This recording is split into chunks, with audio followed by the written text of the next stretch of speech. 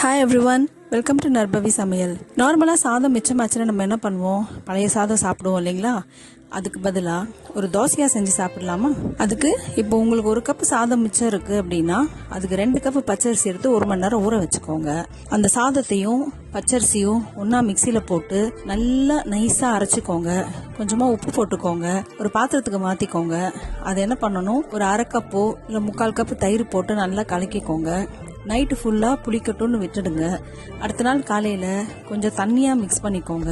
ஆப்பம் நம்ம ஊற்றுவோம் இல்லையா, அந்த மாதிரி மிக்ஸ் பண்ணிக்கோங்க. மிக்ஸ் பண்ணிவிட்டு அது கூட கொஞ்சமாக ஆப்ப சோடா மாவு போட்டுக்கோங்க. போட்டுட்டு கல்லை மீடியம் ஃப்ளேமில் வச்சுக்கோங்க. வெளிப்பக்கத்துலேருந்து உள் பக்கமாக நீங்கள் ஊற்றுனதுமே நல்லா உங்களுக்கு தெரியும், ஓட்ட ஓட்டையாக வரும். உங்களுக்கு கொஞ்சம் எண்ணெயை சைடில் ஊற்றிட்டு மூடியை போட்டு மூடிடுங்க.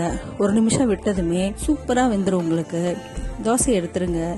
நல்ல சாஃப்டா ஸ்பஞ்சியா உங்களுக்கு தோசை ரெடி. அன்போட சமைங்க, ஆரோக்கியமா சாப்பிடுங்க. இந்த வீடியோ பிடிச்சிருந்ததுன்னா லைக் பண்ணுங்க, ஷேர் பண்ணுங்க, சப்ஸ்கிரைப் பண்ணுங்க. நன்றி.